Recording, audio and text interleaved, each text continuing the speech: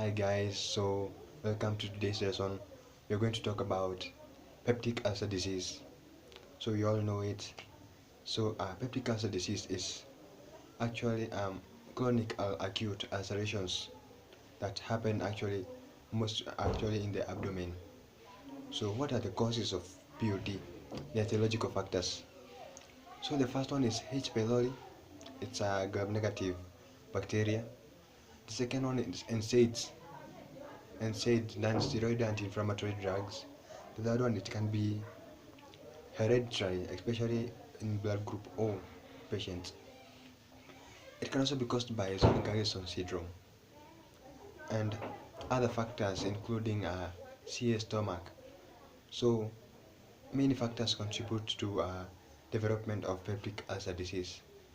And now we're going to classify peptic ulcer disease. It's classified to acute ulcers and chronic ulcers.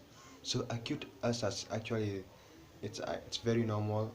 It's just about 2 days and there is no symptoms. But when you come to chronic ulcers, it's divided into two. There is gastric ulcers and duodenal ulcers.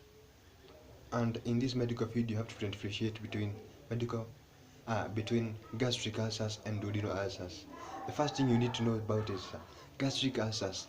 They are most commonly found in older patients, more actually in males, and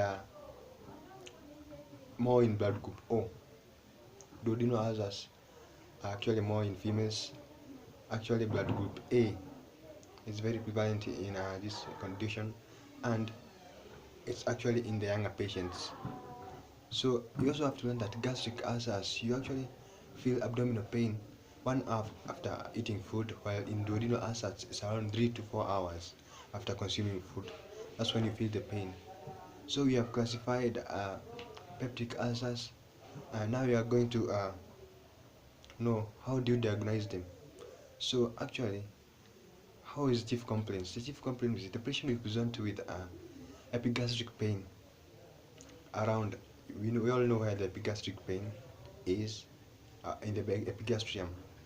So the patient will present with that, and you have to understand that many conditions present with epigastric pain. So you have to rule out and do some lab investigations. Conditions like acute pancreatitis, it will present with epigastric pain. Acute cholecystitis will create with epigastric pain. Biliary duct atresia, epigastric pain. Uh, it's called rupture aortic aneurysm, epigastric pain. So we are looking at very many conditions. So to actually diagnose as a peptic ulcer disease, you have to do some investigations, and these investigations include: one, you have to rule out the H. pylori. So there are 3 investigations that are used to rule out H. pylori, including the rapid urine test, the urea breath test, and the fecal antigen test. So those three are used to actually rule out H. pylori. And we have other tests right there: hemoglobin levels, we have to stool for alkat and blood, serum gastrin levels, we have gastrin content levels for culture sensitivity. So those are just a few of the investigations that you must do so that you can maybe come up with the diagnosis of peptic ulcer disease. So we have to go to the management, and management of PUD is classified into supportive and definitive treatment. Supportive is whereby you tell the patient to stop smoking, stop alcohol, you give emotional advice, you give nutritional advice, you provide bed rest, you assess the patient each and every time. So that's just supportive treatment. And definitive treatment is something called the triple therapy. This is whereby you give one proton pump inhibitor. The most common is omeprazole 20 milligrams BD for 10 to 14 days. Then you have to add clarithromycin 500 milligrams BD for 10 to 14 days, around there. And also you have to add either metronidazole or amoxicillin, whichever you choose. So metronidazole is 400 milligrams for 14 days, and then amoxicillin 1 gram BD for 14 days. So that is basically the triple therapy that is used to eradicate H. pylori. Remember, H. pylori can present with 4 conditions. it can cause four conditions. The first one you already know is the peptic ulcer disease.